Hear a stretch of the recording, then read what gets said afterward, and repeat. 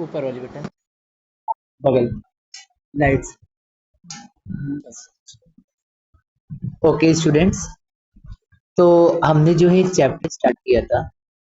ये जो चैप्टर हमारा था वो था मैटर पे, यानी मैटर क्या होता है उसको हम लोग ने पढ़ना शुरू किया था। ओके, तो मैं अच्छे से पहले खोल लेता हूँ इसको। मैंने आपको ये बताया था मैटर क्या होता है। मैंने आपको ये बताया था कि मैटर के पार्टिकल की प्रॉपर्टीज क्या होती हैं। मैंने आपको डिफ्यूजन बताया था, ब्राउनियन मोशन बताया था, सॉलिड लिक्विड गैस के बारे में बताया था। सॉलिड क्या होते हैं मैंने बताया था, लिक्विड क्या होते हैं मैंने बताया था, गैस क्या होते हैं मैंने बताया था। ठीक है, अब बच्चों आज की क्लास में मैं आपको बताऊंगा प्लाज्मा के बारे में। प्लाज्मा क्या है? तो प्लाज्मा जो है ना, मिक्सचर होता है फ्री इलेक्ट्रॉन और आयंस का। प्लाज्मा क्या होता है? मिक्सचर होता है फ्री इलेक्ट्रॉन का और आयंस का। आप छोटे बच्चे हो, आपको नहीं पता होगा कि क्या होता है आयंस या क्या होता है इलेक्ट्रॉन। तो इसको मैं थोड़ा सा बताने की कोशिश करता हूँ आपको। Okay, just one second.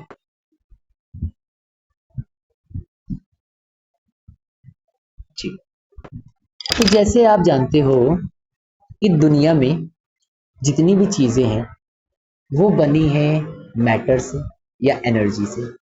बात करें जो मैटर होता है ना,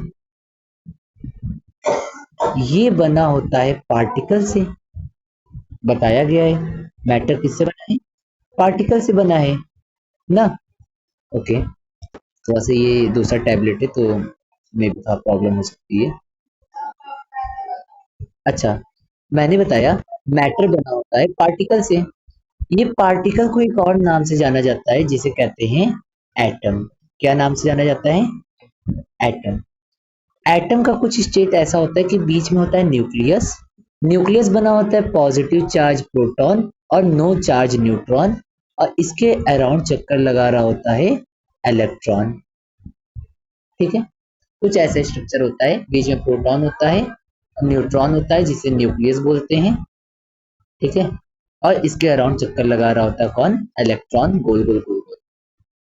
आयंस क्या होता है? पॉजिटिव और नेगेटिव चार्ज को हम लोग आयंस के नाम से जानते हैं। ठीक है, अच्छा, फिर से वही आएगा शायद। अच्छा ठीक है, तो मैंने ये बताया प्लाज्मा मिक्सचर होता है फ्री इलेक्ट्रॉन और आयंस का। कोई प्रॉब्लम? प्लाज्मा को चौथा स्टेट ऑफ मैटर माना गया है। कोई दिक्कत? ये चौथा स्टेट ऑफ मैटर है, सॉलिड लिक्विड गैस की तरह प्लाज्मा भी होता है। ठीक है, प्लाज्मा नेचुरली स्टार में पाया जाता है। तारे होते हैं ना, क्या सूरज एक तारा है? एक तारा है।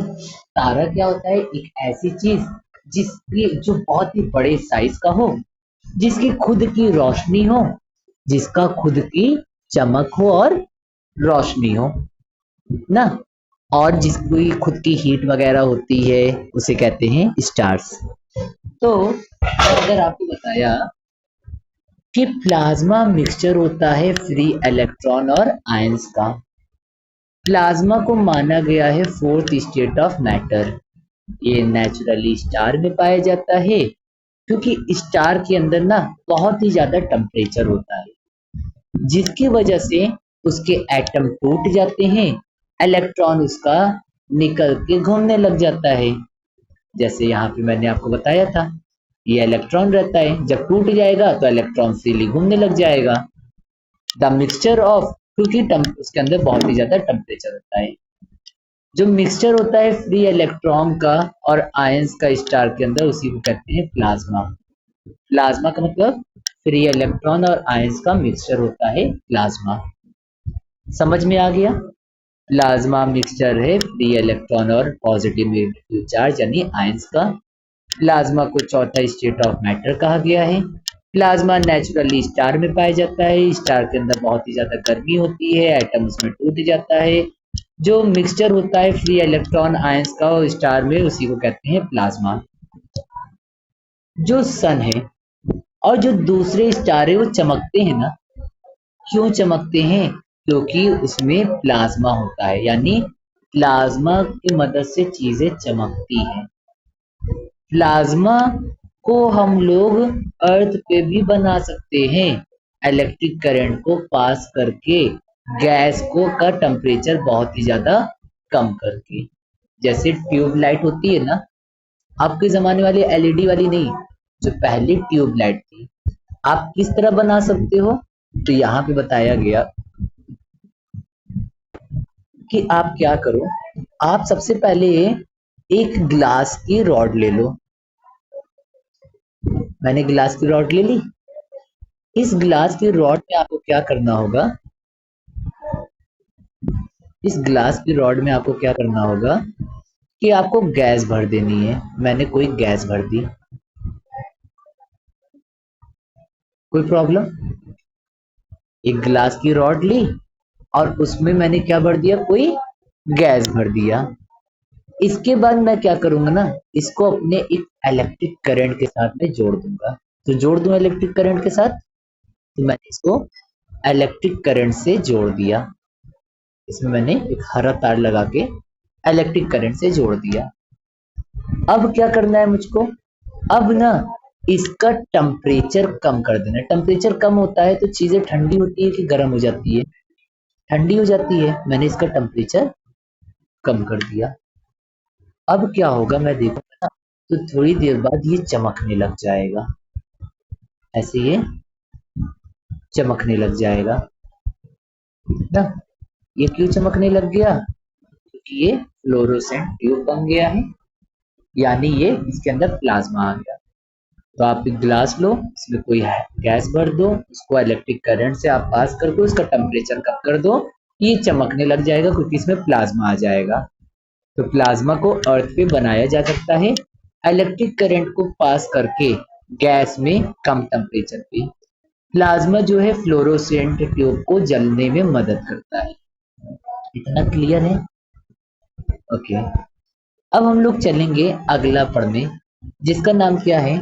जिसका नाम है बोस आइंस्टाइन कंडेंसेट। बात कब की है? बात है 1920 की। बात कब की है? 1920 की। एक इंडियन साइंटिस्ट थे जिनका नाम था सत्येंद्र नाथ बोस। इन्होंने कुछ कैलकुलेशन किया और इन्होंने कहा पांचवा स्टेट ऑफ मैटर हो सकता है। यहाँ तक की बात समझ में आई? 1920 में इंडिया के एक साइंटिस्ट थे, नाम था इनका सत्येंद्र नाथ बोस। इन्होंने कहा अपनी कैलकुलेशन करके कि पांचवा स्टेट ऑफ मैटर हो सकता है, इससे इनका नाम बोस पड़ा। फिर इसके बाद एक एल्बर्ट आइंस्टाइन थे। इन्होंने इनकी सत्येंद्र नाथ बोस की कैलकुलेशन देखकर कहा कि हाँ, पांचवा स्टेट ऑफ मैटर हो सकता है, इससे आइंस्टाइन नाम पड़ा। यहां तक समझ में आया? इसके बाद पांचवा स्टेट ऑफ मैटर फाइनली जो है ना, तीन साइंटिस्ट जिनका नाम था कॉर्नेल, कैटरलिल और वियमेन थे, ये अमेरिका के रहने वाले थे। इन्होंने क्या किया, जो गैस, इन्होंने एक जार लिया, इसमें एक गैस भरी, ये गैस को बहुत ही ज्यादा कर दिया कूल। ये गैस को बहुत ज्यादा कर दिया कूल। इसकी डेंसिटी, इसकी डेंसिटी कर दिया बहुत ही ज्यादा कम। तो ये क्या बन गया आपका?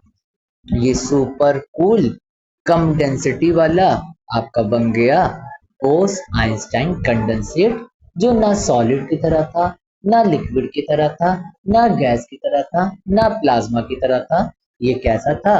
बोस आइंस्टाइन कंडेंसेट की तरह था। 11th 12th क्लास में पढ़ोगे इसको अच्छे से।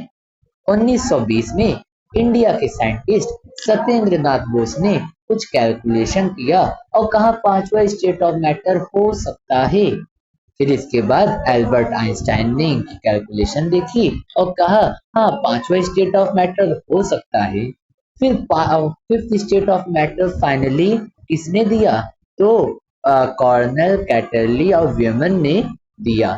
ठीक है ना। इन्होंने क्या किया, गैस का टेम्परेचर बहुत सुपर कूल कर दिया और इनको जो है मिल गया फिफ्थ स्टेट ऑफ मैटर। आया समझ में? यहाँ तक चीज क्लियर है? ओके। तो ये वाली पीडीएफ होती है हमारी खत्म। ये वीडियो मैं अपलोड करके फिर मैं एक और वीडियो फिर आपकी बनाता हूँ, ठीक है।